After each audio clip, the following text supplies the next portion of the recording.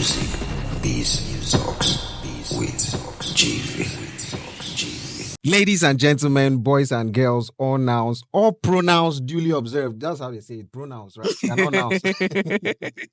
Okay, we have a radio host with over 2 decades experience, and she's also A&R, a media plug, and the head of operations, Symphonic Distribution, West Africa. Ladies and gentlemen, boys and girls, all pronouns duly observed. Ife Ajagbe. Thank you. Hope I got that. Yes, you got it very right. Thank you for having me. Yeah, you're welcome, and thank you for making our time from your busy schedule to sit here and talk to up and coming artists and music stakeholders. Okay, without taking too much of the time with the introduction, let's go straight into the business of the day. And today we are going to be speaking on the role of radio and distribution, music distribution today. Let's go straight into the first question. Can you explain how music distribution works? Yes, I can. Okay, please help us. Okay, so you, GV, as an artist, for instance, Okay. makes a song. So this is the song. Okay. And you want people to hear your song. Okay. So you hand it to us. And then we'll take your song, Us. Symphonic, for instance, as a distro. And then we take your song to over 200 plus stores in the world. Okay. So that wherever anybody is at any point in time and the person has a need for your song, the person can have access to it and be able to consume it. So it means that, for instance, if in Nigeria, maybe streaming sites like Spotify, Audiomack, and Boomplay are quite popular, Apple Music and all, so people can decide which preferred streaming site they want to listen to music on and still find your music. So if you did not distribute your music, they won't be able to find your music. So we make your music accessible. So think of big brands like the soda brands and all of that. They don't go straight to advertise first. They make sure it's available. Because if you then skip distribution, which is what we do, and go and do advertisement, you've told somebody, oh yeah, buy this, bottle of water, for instance. And the person says, okay, I like this bottle of water. And the person goes out to a store and doesn't find that bottle of water. That advertisement was a colossal waste. So distros make sure that your product, which is your music, is available in stores by the time you start promotion. Okay, you've been using the term distros. Distribution services. Like Symphonic. Exactly. So you know that like most or some music artists, especially the up and coming artists, they don't really pay attention to the business side, which is the base of which this podcast was created on. So so every time we hear those new terms, we also try to elaborate. So Okay. distros, where you've been using distros. So distro means Digital music distribution service. It's just a coinage for it. like a nickname for it. so why okay, I was going to ask why the distro kid finally. Oh, that's how DistroKid came about their name. That's how they came about their name. Okay, I don't want to throw shades at DistroKid, but let's just leave them because we're hearing a whole lot of stuff about them. But maybe we're probably going to have the conversation later on. But let's focus on symphonic music for now. So, symphonic music, as a music artist, 5 reasons why I should choose symphonic music distribution. This sounds like secondary school. Like 5 reasons Yeah, why. like 5 reasons, just very, Five reasons Yeah. why. Okay, so there are a lot though. Okay, let me start off with the fact that it's actually quite easy for you to move to us. Okay. So it means that we reduce the heavy lifting of maybe transferring metadata. So for instance, if you wanted to move from one distribution service to the other, Okay. you would need the exact artwork that you uploaded the first time you released that song. The exact, a lot of exact details, and which artists we know usually lose. So we do have an amazing tool. It's called Transfer Track. So all you just need to do is enter the Spotify link of your song or the UPC, And it would be like you're just transferring data from a hard drive to a system. And Wow. yeah, from your previous distro. Because if you give us a Spotify link of your song or the UPC, we imagine that you have some access to that music and it's yours. So it just moves and all the metadata. So the only thing you need to upload is probably the audio file. Nobody else does that. No other distro does. Okay. And that is amazing. And we don't have, number two, we don't have hidden charges. Hidden charges. If we tell you that you're paying $19.99 per year for distribution, that's it. Like, that's all you're paying. How about royalties from the back end? You get your distro royalties. We And have you two. don't split with Symphonic? There are two different kinds of plans. Okay, We please. don't. So there's a starter plan. Okay. So the starter plan is for artists that want all of their distribution money to themselves. It's fine. Okay. Yeah, some artists just want, I want all the money I'm earning and I don't want to share, and it's fine. You're just starting. We understand you're an indie artist. So that's how much you need at that point. Yeah. So there's a starter plan. You pay a yearly subscription, $19.99, and then we distribute your music to 200 plus streaming sites all over the world. And when your royalties come, we hand your royalties over to you. You already paid subscription. So that's the end of the conversation. But there's another plan that we have. We have just two plans. Okay. So the other plan is a partner plan.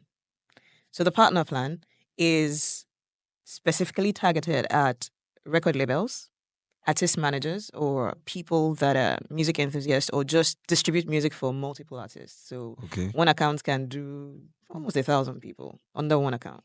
Hmm. So for that kind of account, now remember I called it partner plan. Mm. It's not a paid account, but we're very particular about it. We don't just hand it out to people. Okay. So for that, there are percentage splits. So it means that our fates are tied. Okay. So it is when you earn that we earn. You're not paying us a subscription. So we take it very seriously.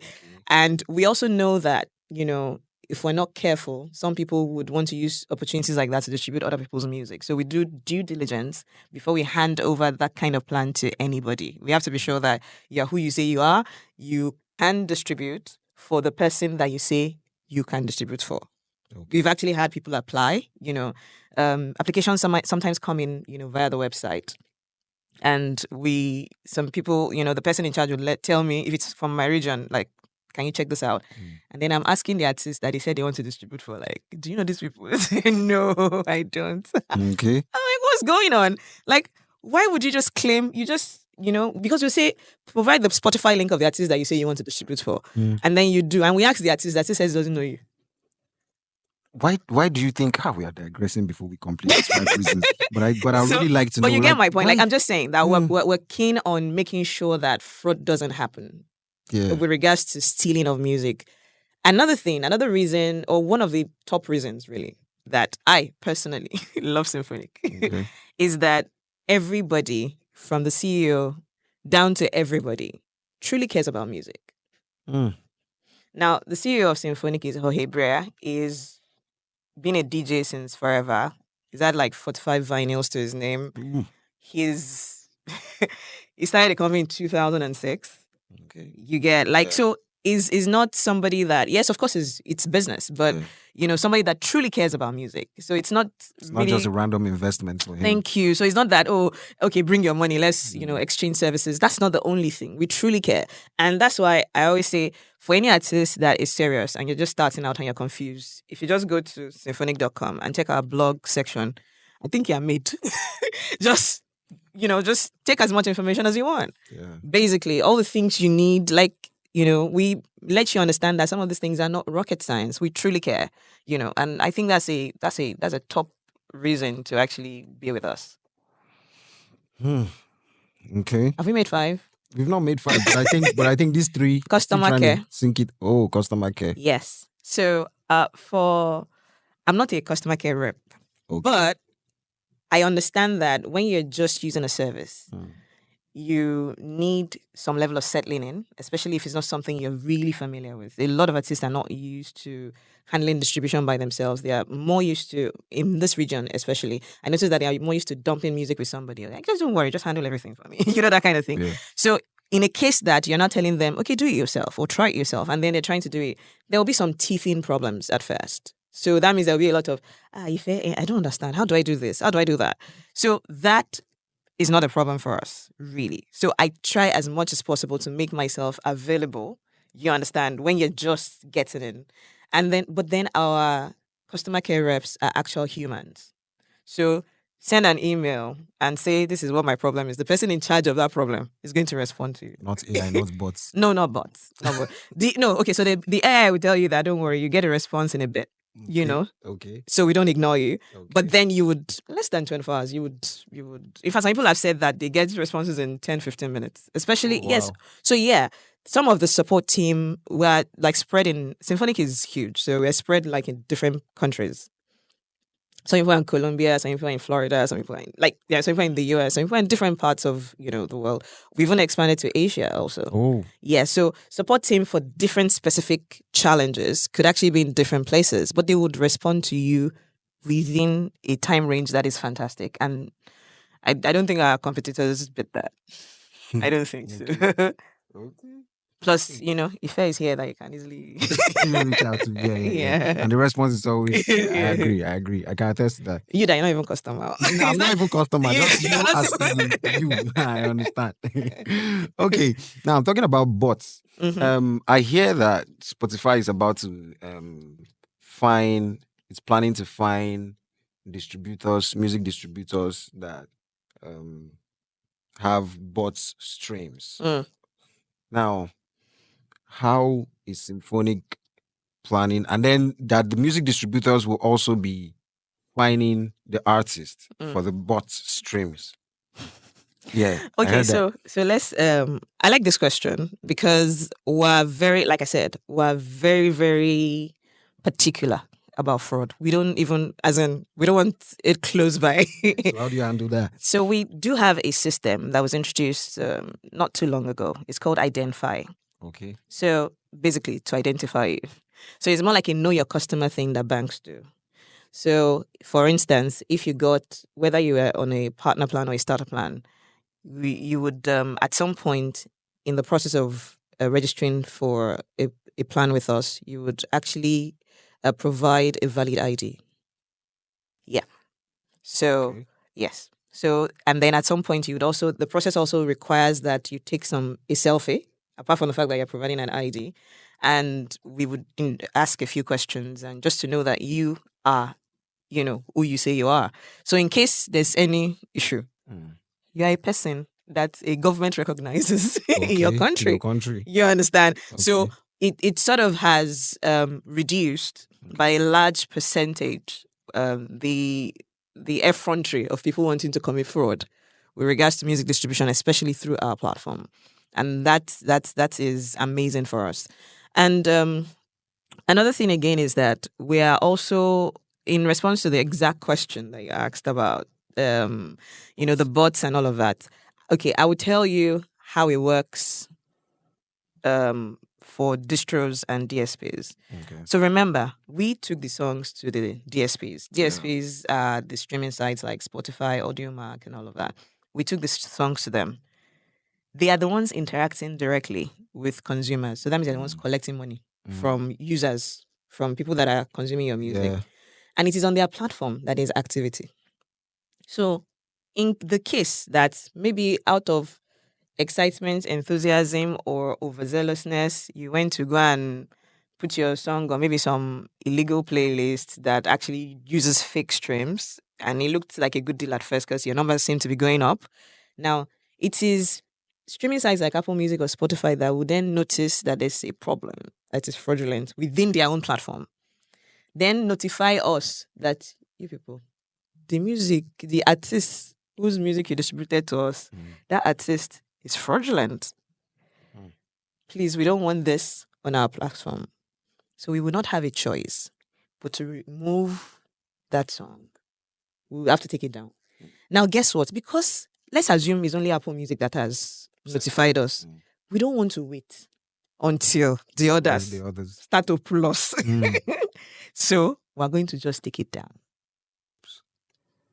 So that's the thing. And if we now confirm that truly you have really, really done a lot of things, we'll now tell you, we appreciate the fact that you came to Symphonic, but please don't come again. Ooh, are you serious? Yeah. Even in the Because future, we don't want your voila. because we really do not want fraud. We don't want fraud. We don't want, music theft. Like I said, we care about music. It's not like I said, we care about music. It's not really don't just want about somebody somebody stealing someone else's music. I mean, it pains me a lot of times when I see songs of some legends on streaming sites and I see like 5 profiles for one. I just know that it's happening. Like, this is not one person. That means whoever has, so let's assume one profile is valid. So whoever has the other profiles is stealing their music. So it's hurtful. It's something that, we really should come together and actually fight. It's not it at all. I'll give you an example. Bigiano. I'm saying this because I interviewed him and he said it in an interview. So I can even send you the Okay. video file. Okay. So now, Bigiano, I interviewed him on a show called Celeb Stopover. And Shayo Krona. yeah. And he talked about the fact that, that album, it was released at a time when distribution was not really the thing in Nigeria. Some guys, maybe in the UK, carried the album and were distributing. Anyway, I think he was able to get it back, got some lawyers involved and all of that. But, but at least they did it first, And they must have made some good money. Yeah. So while it was hot and some people were cashing out big time. I am. Imagine how many other artists have experienced that. Because I had this question in mind to also ask. Like, Okay. before music distribution became a thing in Nigeria, Mm. how were artists handling distribution from the digital aspect? Because it just seemed like it was just Audio Max, so just go and do your thing and then Or just go to blogs. Or just go to blogs, play, download, and all these blogs that were distributing music. And how is blogging now? Really, how is it being handled as with music distributors? I mean, because now you just see some blogs are still really posting artist songs, just upload it directly to their site, and then you want to stream, and you're streaming it on their site, and it is not in any way linked to the artist. Okay, so you know how? Let me use theater and film. So yeah, we used to have stage plays only at some point in time in our existence, and then later we evolved and started having films, Okay. and people didn't have to necessarily go to the theater anymore if they didn't want to. Okay. But still, stage plays are still sort of interesting to watch. Like, some people still want stage plays. So yeah, there might seem to be like an evolution, but at some point in that evolution, there'll be coexistence. Do you understand? Because whether we like it or we like it, some artists are still the ones that will take those songs that you say they upload and take it to them and say, please upload. So as it is, I think what we just need to let artists know is how to go about it in a way that still pays them at the end of the day. So an artist that is just starting out his career thinks he has a passion for music and just wants to create. And that's it. He's at the early stages, he's probably not thinking business yet. No, he wants to blow like Davido, but he's not thinking of the business that, leads to blowing like Davido. So he's still thinking passion. And he just wants to get heard. That's all. So if it is a blog that would do it for him, he's going to pay the blog to actually put his content up till tomorrow. Mm-hmm. So what we can then advise them is this. Okay, let's do it this way. Can you distribute your music first? First, before blogs or anything, just distribute your music first. Now, after you have distributed your song, you can then send maybe an Audio Mac link of that song, or the Spotify link, or the Apple Music link to the blog to upload, to embed the link. Yeah. And so when people read about you and like, this guy will be a fantastic artist. Okay, click, let me listen to the song. Maybe it takes them to at least their preferred streaming site. That way, that conversion, no matter how small, you have made some money from that click. So even if you paid the blog to put the music up, you still, converted and made money. And then you have, even if, let's assume that the blog then, for some reason, decided that is the original file they want to upload. So let's say people download your music and they have your song on their phone and everything. Guess what? Today now, even if you're using like a Google phone, you don't need Shazam. Because Google, there's still YouTube Music and all of that. For some reason, I don't know how they did it, but a Google phone can read the song that is playing around, even sometimes without the internet. So it can read that, okay, there's a song, and that song can be read because it has a UPC or ISRC. That's because it's been distributed. So even if people are listening to your music for free, at least, somebody else can identify and say, oh, I'm hearing the song. There are times you go to the market or a public place and there's a song blaring. You don't know who sang it. And you're like, this song good, they okay. But you're far from where it's actually, and then your phone is able to pick it because the song was distributed. You have gone to do radio promotion, because artists do that. They do radio promotion without even distributing their music. Somebody listens to your song on the radio. You're not the big 10 of artists in Nigeria. Yeah. So that means that the radio host probably didn't even sign on your song. It was just played on radio. There's somebody that is in traffic, listens to your song, hears it, likes it, thinks it's fantastic, and Shazams and can't find your song. Shazam is a streaming site. Do you get all of my points now? Yeah. So even if you are going to pay blogs, distribute your music first. Now, what you also do, apart from all of this I've described, means that whatever form of promotion you have done without distribution, you have wasted money. That's one. Number two is that your song can actually be stolen. So you upload your song for free on a blog without distributing it. You go and start doing promotion. You are promoting it. People are knowing that it's you. People are knowing that you sang this song. Somebody that is a smart thief picks the song and goes to distribute it. So while you are promoting the song, the person is reaping the benefits of the labor of the promotion of the song. And guess what? By the time you are ready to start shouting, "It's my own," that person was the first person to distribute it. So that means the UPC, ISRC was generated by that person. Like, it's going to be very difficult to prove. It's not impossible. But it is going to be, you are going to now start spending money on lawyer. Not money that you should use to do further promotion or make another song. Yeah. You get, so that's the challenge with, the blog thing and all. Okay. That takes us to UPC and ISRC. What's that? Okay, so those are the identifiers for a song. Okay. So they are codes that make it easy for us to know that this particular song is. So, for instance, if you wanted to write to support, for instance, for anything, they are more likely to want you to send the UPC of the song, because titles, you can have like 100 songs that have similar titles. So you say, I uploaded this particular song. Let's assume the title of the song is Hallelujah. Do you know how many? How many? But the UPC, it just makes it easier and all of that. So these codes are generated when you distribute your song. Like, they are generated to say unique codes for particular songs, because those are the things you're also going to need in future. For instance, if you wanted to move music, so say you've had your career for, I don't know, 20 years, and maybe like 30 albums, and at that point you say, I want to change this. So those are codes that you should actually know of the songs. Okay. So they get, as soon as you upload your music for distribution, they get generated. Oh. Yeah. Okay, let's speak on copyright. How does Symphonic handle copyright claims? So if I upload my song and then, or I upload a friend's song and then I finally come up and say, no, that song is not his and blah, blah, blah, blah, blah. Ever had such a case? Okay, so for legal issues, I would not be able to tell you like details. Okay. But it's a topic I can just brush over, just to give you an idea.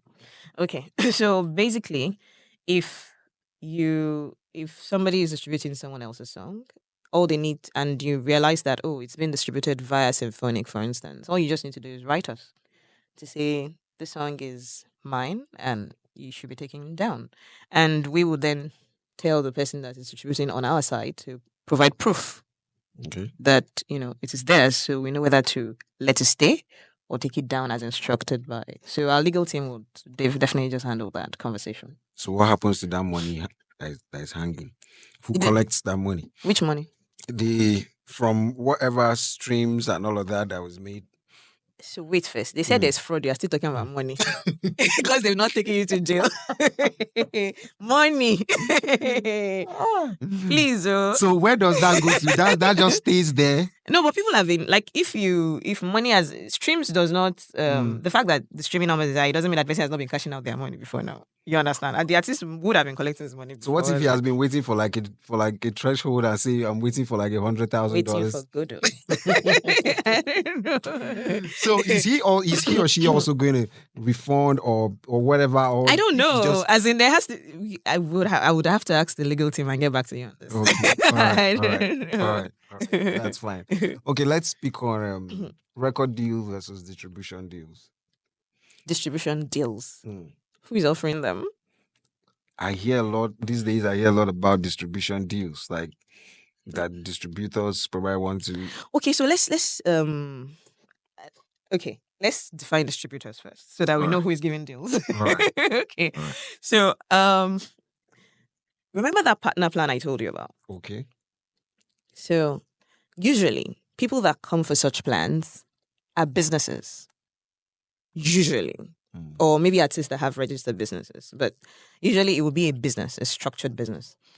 And because of the things that the plan can do, the person, distributes on behalf of artists. So some artists really don't even exactly know that they're dealing with Symphonic. Do you get my point? So it's a company, it's a structured company that has that kind of account. So the company has the account and then does distribution services, does some level of marketing, does some level of PR. So it's like some of these companies are like full, the full range of what entertainment can do. So sometimes they are the ones offering these distribution deals. To the artist. Yes. That's the thing. Then they now use a distributor. Yes, you need to effect, Yeah. So Okay. I get it. So if you like, if you want to speak on it, if you were to advise up and coming artists out there on distribution deals versus record deals. I don't see a versus situation, actually. I think it's, first of all, I'll say, whatever deal, contract, or anything, get a lawyer first. Number one. Yes. So, and sometimes there are two levels of getting a lawyer. One is getting legal counsel. And then the other is, there's the contractual part, there's the what should I be getting, now legal counsel, meaning that you need to know what your rights truly are, or even if you have any. Okay. In that conversation.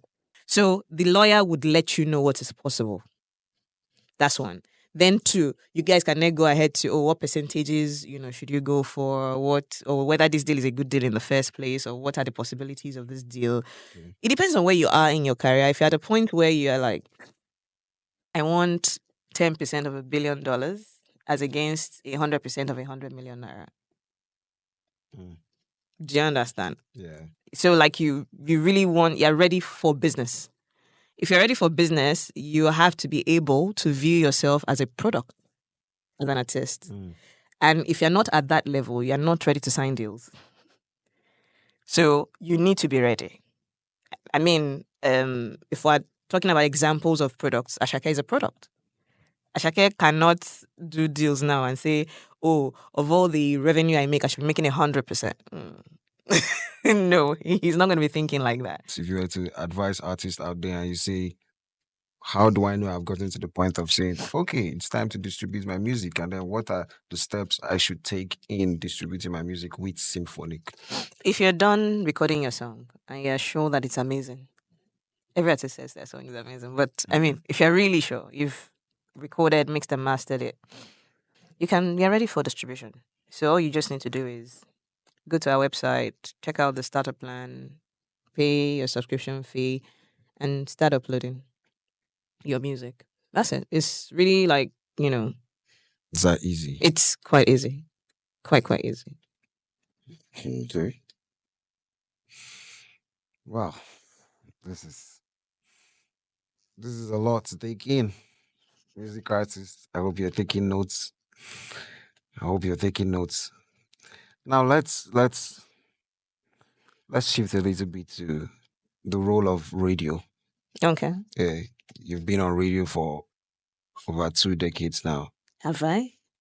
2009 is 3 decades. Kenny's music. Oh, 2009. Yeah, I think I They- was on radio 2009. Okay, that should be a decade, I guess.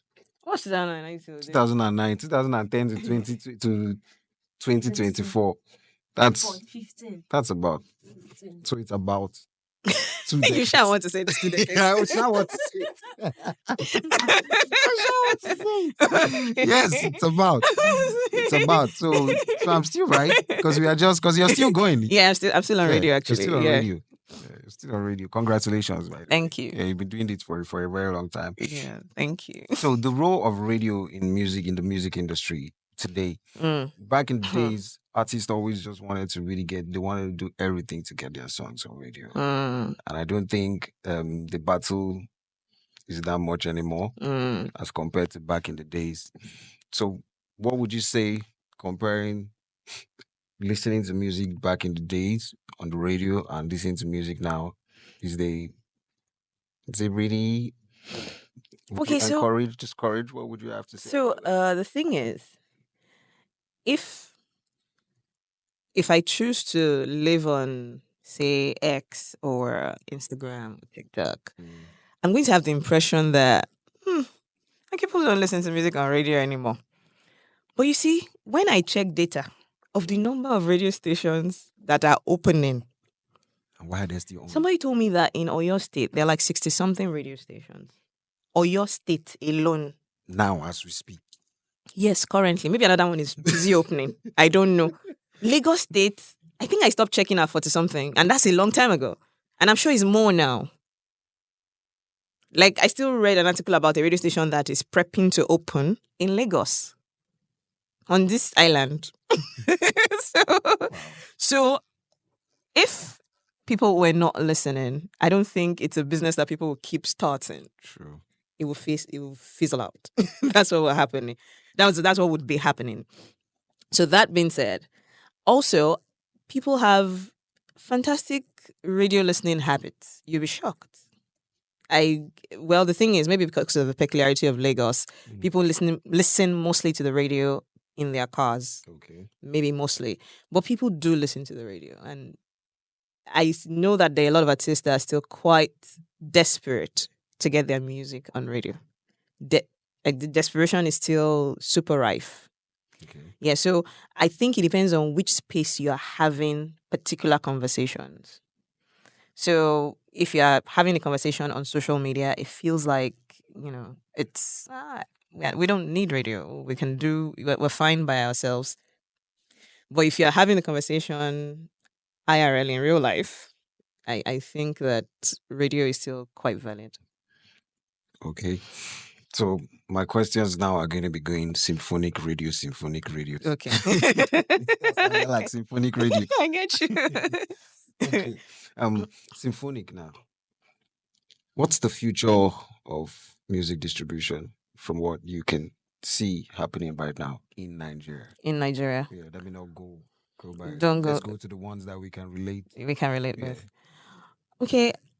I think that more artists would get aware, because even before joining Symphonic, I sort of feel like I've made it my life's challenge Okay. to make artists quite aware of it. Because, maybe it's the social nature of Africans or something, but you know how when somebody seems to be wasting money, or somebody's carrying a bag and is leaking, you're like, you just want to help the person. It's not really your business. Yeah. At the end of the day, I mean, it's not your bag, and what is being wasted is not yours. But you just don't do this to yourself. You can get better. So I think that we are getting more aware. More artists are realizing that, I really should distribute my music first before I then go ahead and start promoting my music. And I think it's a wave. One after the other, people would get to know that this is a thing to do. And distribution would be a thing that is just commonplace in Nigeria soon enough. Very soon. And then what are some of those challenges that you can see from the artist side and then from symphonic side as well? What are some of those challenges that symphonic face with artists? I wouldn't say that we're facing challenges with artists. I think everything is subject to conversations. Okay. It's just about, if you have a gray area or if there's something you really don't understand, we are always open to educating or enlightening or having conversations or even getting feedback. Sometimes it's not just about you being the one with the knowledge base. Sometimes you need to listen to the artist and know what their pain points are and know how to actually serve them better. So sometimes when they say they want something, it's not necessarily that it's, willful or wishful. It could just also be that it's telling you to improve your system. Okay. So it's always a two-way conversation, really, at the end of the day. If you were not doing, how do I take this question now? How did you find your love for the music industry? How did it start? Were you an artist at first? Or how did your love for the music industry and its things? Okay, I think it started out of frustration. This is going to be an interesting story. Because when passion starts out of frustration, it's different. I think it started out of frustration first. Okay. As artists can frustrate you. Okay. Okay, so for me, yes, I always loved music. I started broadcasting in let's say the second radio station where I worked was a federal government radio station. That's Metro FM. That was the second radio station where I worked, and it was that was the third one. The second one was also a Federal Radio Corporation station in Ilesha, Osun State. That's Gold FM. Now, why this is important is because there are peculiarities to those stations. When you're there as a broadcaster, you need to be able to do everything. So you can switch between a political show, an entertainment show, be able to read the news, and sound appropriate at each time. So that means that on the entertainment show, you're not sounding like you're doing politics. And on the political show, you're not sounding like you're doing entertainment. Same person. Yes, same person. It's versatility. So that's the peculiarity of, those brands. And for me, so yes, I loved broadcasting. I loved music. And naturally, for the entertainment shows, artists would bring their songs to radio. Now, there's also a peculiarity of these particular radio stations. We can play a song without incentives. Okay. That's that also is something that makes, so that means you have, you can just simply play music because you enjoy it. You can just search for music, find amazing artists, and just play their music, and nobody's really going to come. As long as the song sounds nice. So there are simple rules. It has to be radio edit because we have a regulator, NBC. And the regulator is going to come down on us or whoever the presenter is that played the music that had a swear word on it. So that means it will be good for you as the artist to bring songs to us that are radio edit. Artists don't do that. Artists come straight from the studio with all the swear words on the songs and come and submit them to you. And remember, I said, we're actually very chilled people. We don't want incentives. But we don't want stress either. We don't want to edit your song for you. That's where my frustration starts. Like, okay, so yeah, this song is amazing, but you just wasted 3 minutes of my life. I've listened to the song. I can't even play it. And they're like, no, it's not. They'll even be arguing with you. Like, no, it's not really that bad. It's my career on the line. I don't want to play a song that's going to send me out of broadcasting, really. Like, what is my stake in this that I would then destroy my career for? Because now, when the regulator comes down on your station will then come down on you. You pay a fine for playing a song that you shouldn't on radio. And obviously lose your job. Thank you very much. It's not good. There's no, good part of it at all. So that was like a start, sort of. And then at some point, I stopped being frustrated because I realized that they truly did not know. So, because if they did, I don't think that, you want to, So I then listened a little more and was like, okay, let's see. So then when artists bring their songs and they say, play the song, and I'm like, oh, your song, has this strong points. I didn't even know I was doing A&R then. Your song has this strong points.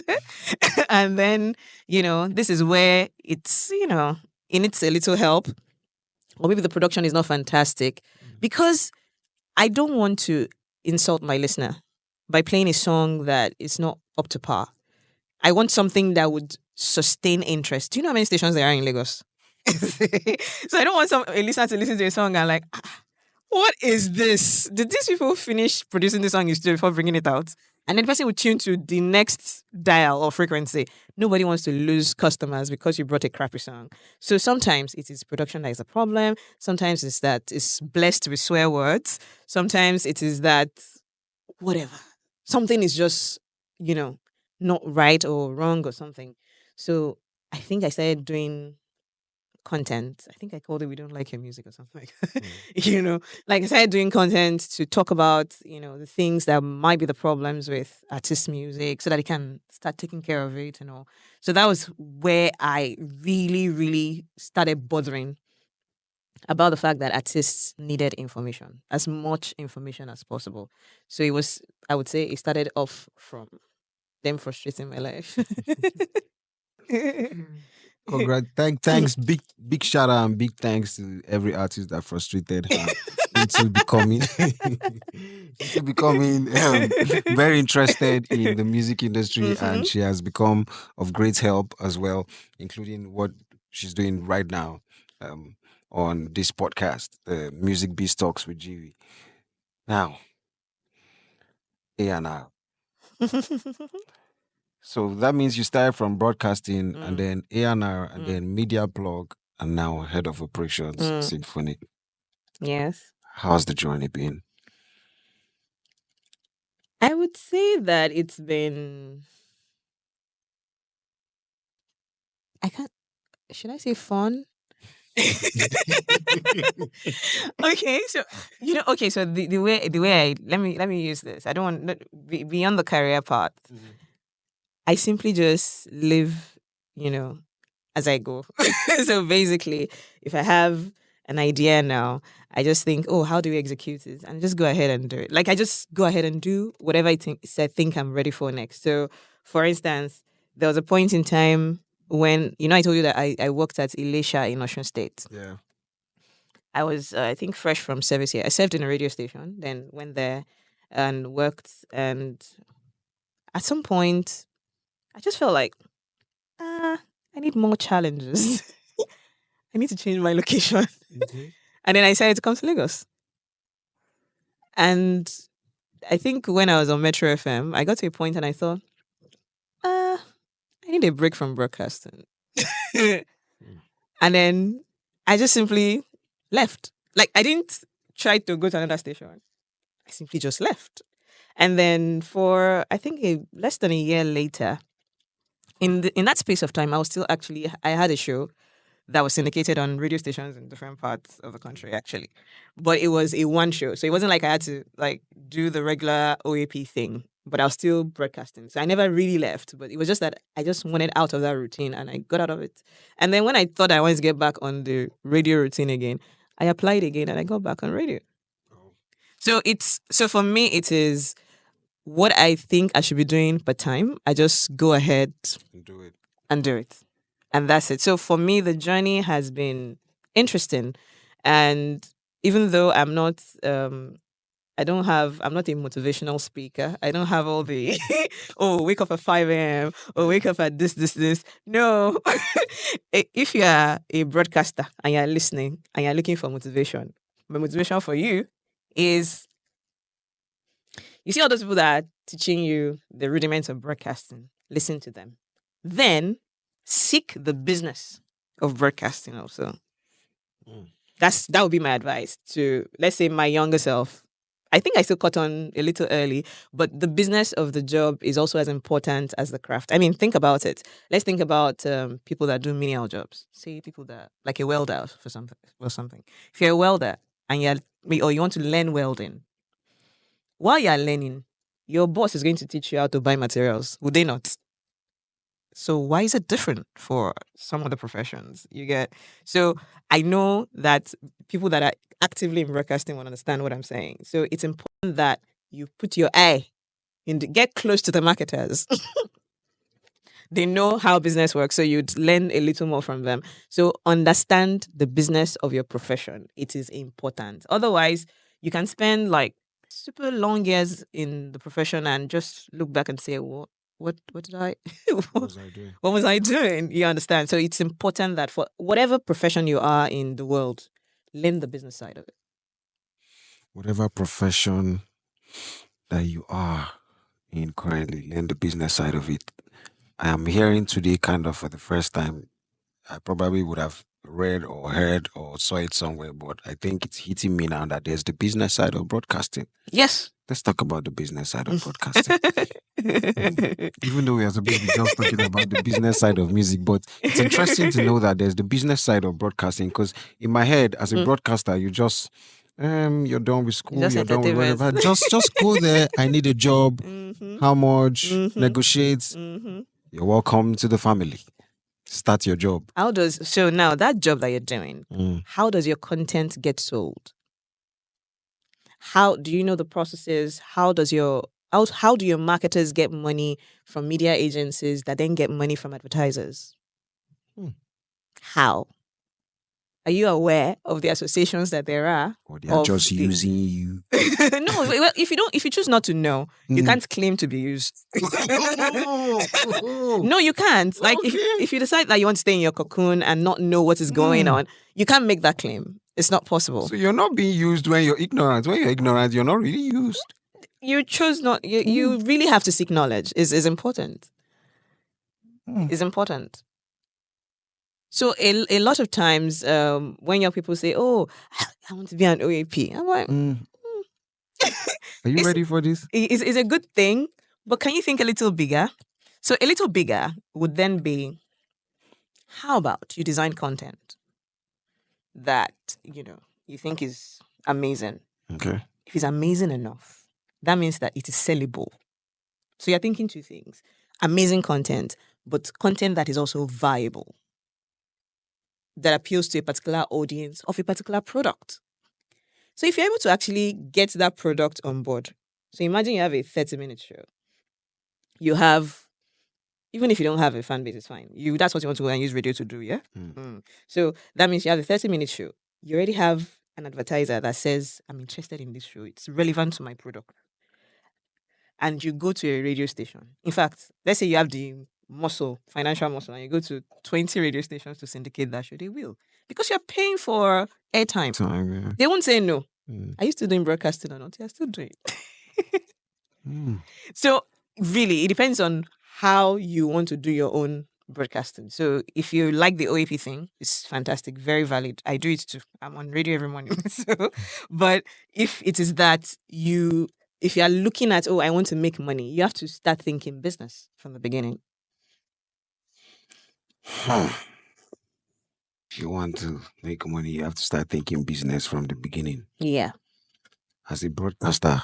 Of course, learn the craft though, because even if there's a lot of money on you and your craft is not up to par, people won't know. So please learn the craft, but definitely learn how to monetize the craft also. And obviously, as a broadcaster, your voice is your power. Your voice is your talent. Your voice is your everything. Your voice is everything. Now, over the years, starting out, how did you hone your craft as a broadcaster, just personally, without saying school did this for me or did that for me, except outside your default? I suspect that mine has a bit of talent in it. Okay.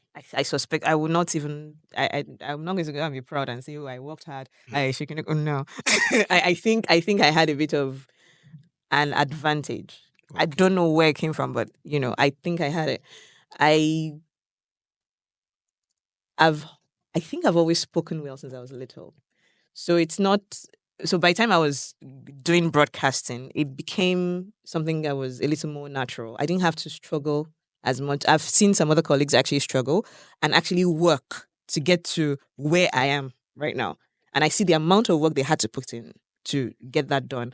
But I think I had it Easy. so maybe I don't know because maybe education, maybe I don't know what it is, but I had it.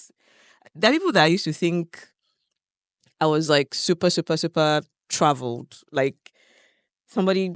The only thing is, I'm glad I don't have an accent. Okay. I'm excited that I don't because that doesn't show necessarily that you know how to pronounce your words. Some people think differently. That's not broadcasting. In it.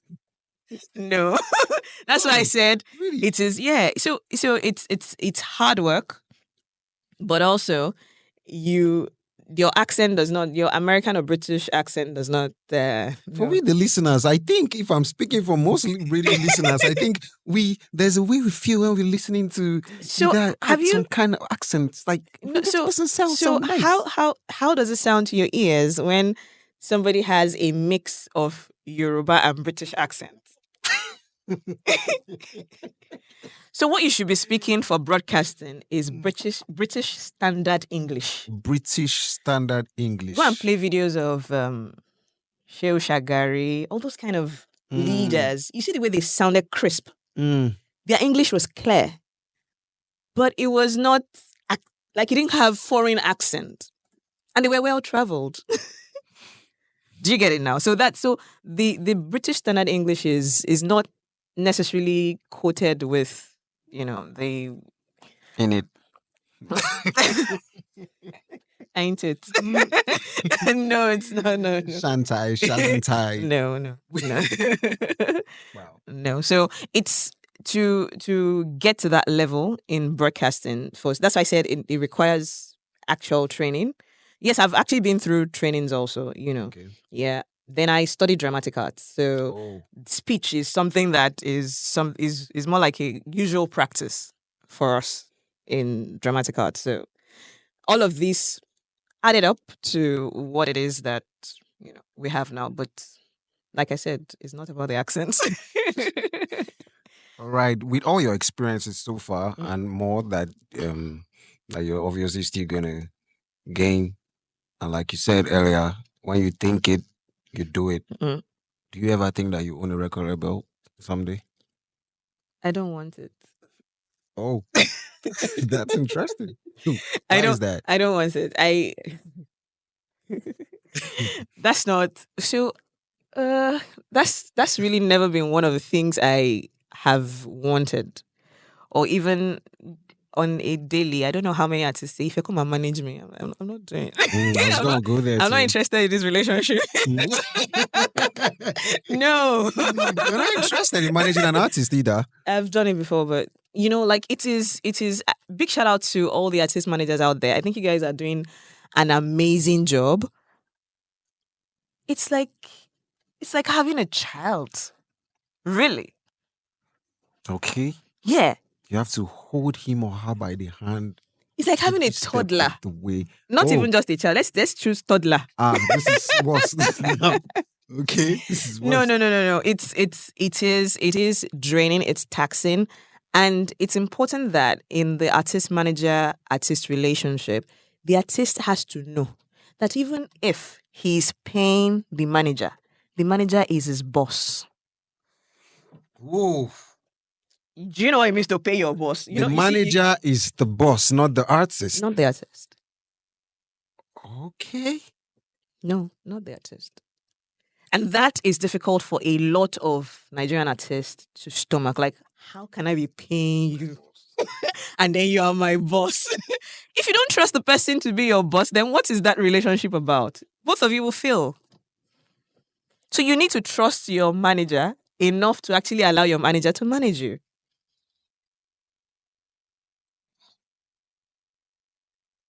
We actually came from the record label question. So I'm telling you that's not where my head is right now.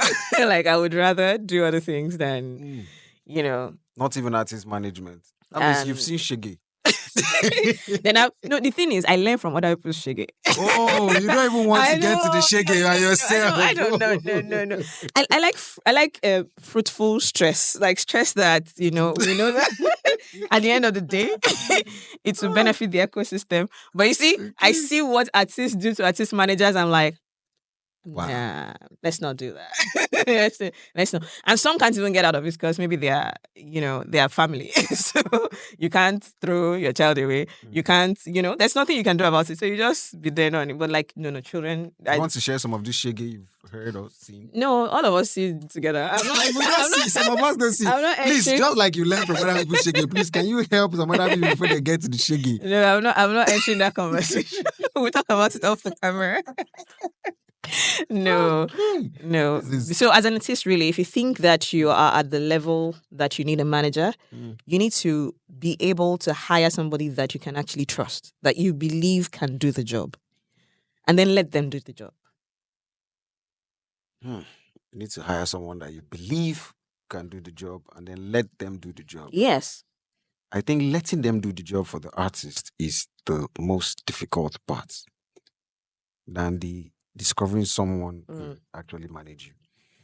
Because I think speaking from the artist side, when artists say, please can you be my manager? Please can you be my manager? Please be on your neck. Please be my manager. And then finally be the manager. And then we now start going through the process. And then the manager says, don't do this, do that. And the artist that has no experience says, no, I saw my friend do this And I want to do that. And it worked for him. And the manager says, no, you can't do that. And then they now go back and forth.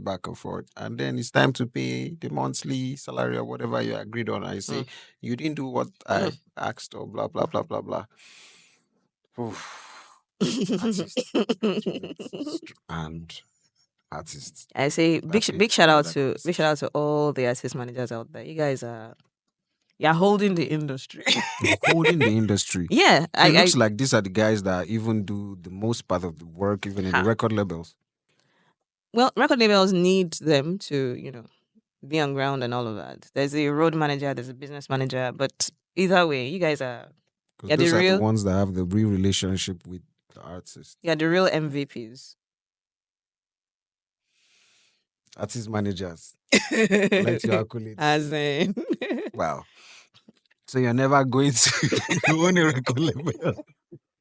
So you're never going to own a record label or you're never going to manage an artist. Maybe I can get a management company later and get the people that, there's still people that are passionate about it and I could get them on board and all of that. I mean, people come to me all the time to say I should recommend, an artist manager to them or a media plug or, so it's not impossible. I could, under my company then say I want to do that. But for now, enjoy.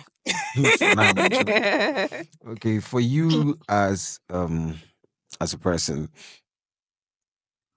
what's the next thing for you in line? Outside symphonic, outside broadcasting, is there something that you want us to know that will come from you that we can't see coming yet? That you want to share? Let me see, even me, I've not seen it. No, you may have had it underground, but you don't want to let it out yet. No, there's no. I'm not an artist that I'm about to release music. Maybe I've recorded songs that are yet to come out and all. So what it is for me right now, I like the growth that Symphonic is experiencing in the region. I think it's super organic. In the region? Yes. I think it's super organic. And I think that it's genuine. I've been in forums and conversations where people that normally would probably look at me and say, if I do this, if I do that, you guys should do this. But they actually come out and say, you guys are actually amazing. Like, we've used other services and we know what we experienced. You get. So I like that. I like the fact that it is the users that are saying, we actually enjoy using Symphonic. Somebody was saying, oh, I've used like 7 other distros before. And I tried Symphonic and, like their customer care reps would answer me in 10 minutes. That's amazing for me. So, and that is something I hope that we could, grow and Collaborations, definitely there will be more collaborations. I'm very open to as many collaborations as possible that will be mutually beneficial for, especially for the culture, for the community. So yeah, that's where my head is right now. Symphonic. Okay. Shout out to a very, very big shout out to Symphonic Music Distribution. Thank you. Afrobeats. Your top 5 Afrobeat artists. My top 5 Afrobeat. Yeah. Ha. Hey. It's like you like trouble. If I didn't tell you my top 5 Afrobeat artists now. Yeah. Just share with us your top 5 And then the Afrobeat other artists. ones that are not my top 5 that I want to be our For clients. now, okay. That I want to be our clients. What will not happen to Oh. them? Ha. Okay. Okay. With no list, just some Afrobeat songs that you're really listening to that you really enjoy at the moment. Well, I would say that. Shout out to every other Afrobeat artist there. Shout out to every other Afrobeat artist, please. Shout out to every Afrobeat artist, yeah. Well, what's my top song right now? I think He is my top song right now. Who? He is by Rema. He's Rema. Yeah. Oh. I listened to the album and I would say I don't think I'm one of like the first set of fans of Rema, but the album was actually good. And that was my I remember that day I was about to go on air, so I listened to the full album to know what song I wanted to sign on from the album, and that was it for me. I was like, oh, this song can actually win an award. Yeah, I don't know what category, but it could win an award, and for me that was so. I also like Simi's album. I think she did an amazing job. Simi. Yes, on that album. I especially like the collaboration with Asha. Okay. I think that's Messiah. So it was amazing. She did. It's a wonderful project, and I think I like Adekunle Gold also. I like what he's doing with his music. I like the fact that he turned a pop star on us without actually not being able to sing. You know, that kind of thing. Like you didn't go all south on us, and then we say, "Oh, where's the artist?" So we could still, he's a pop star, but we can still find his artistry. That's something that it's amazing to see. Yeah. So then Johnny Drill is also amazing. There are a lot of amazing Ira Style. A lot of them, like a lot of artists, are like super super amazing. They're doing well for themselves. Are you one of those that grew into loving Rema? I think so. Yes. I don't think Rema was never a first love. Oh, Nah. really? No, it's not like, oh, as I heard Rema, I'm like, oh, wow. No, I think I liked Rema's music later, not immediately. But this project especially is I see growth, and I see more lyrics actually. Like it was good. Big shout out to Rema. So everything that Rema has been doing really, really great. Like the way Rema has gone. Whoa. Did you see it going this way for Rema? Honestly? I don't even think Rema saw this for himself.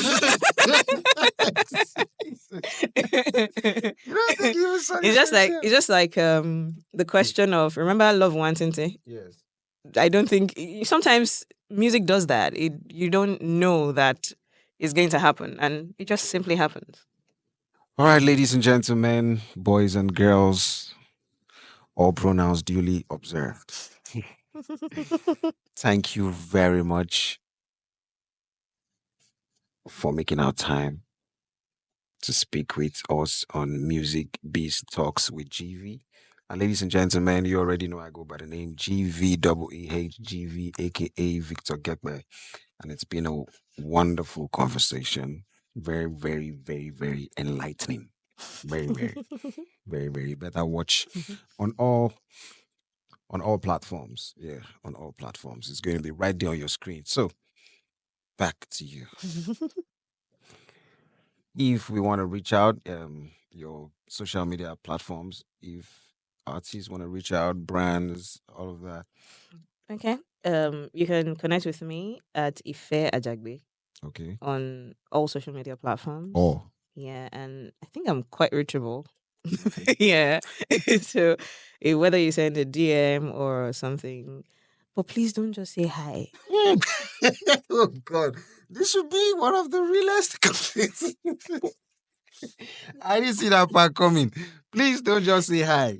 How do you react to highs on social media? I say, good DMs? afternoon, sir. Please, how may I help you?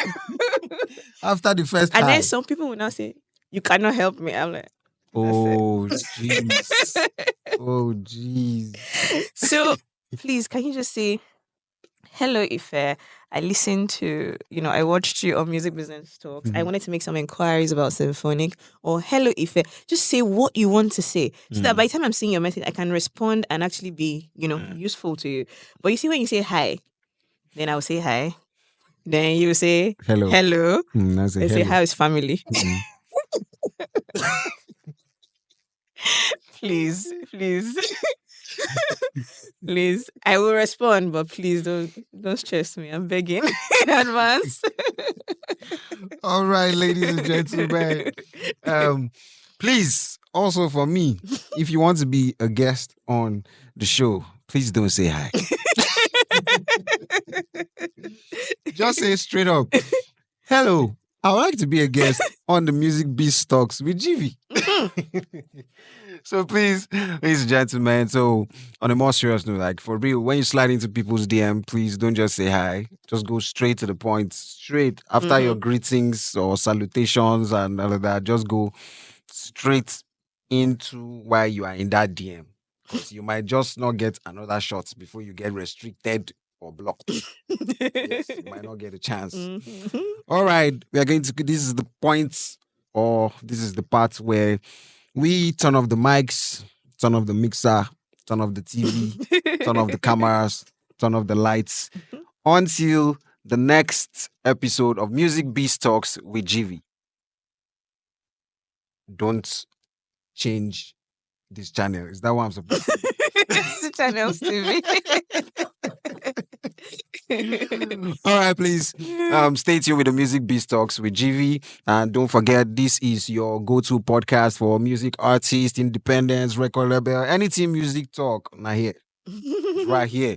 Thank you very much. I really, really appreciate The Thank honor you is for making mine. our time. Thank you. to Thank be you for here. inviting me. You're welcome. Thank you. Yeah. And if we ever have any other thing that comes up that artists reach out and say, yeah, I think I would like to still, I'd like you to ask these questions or these questions, or we might probably still make an episode where we have like a music artist and a record label owner here, and then we speak with Symphonic and Okay. see how that goes. All right. Thank you very much once again. You're welcome. Thanks. Ladies and gentlemen, we out for now. Music Biz Talks with GVEEH.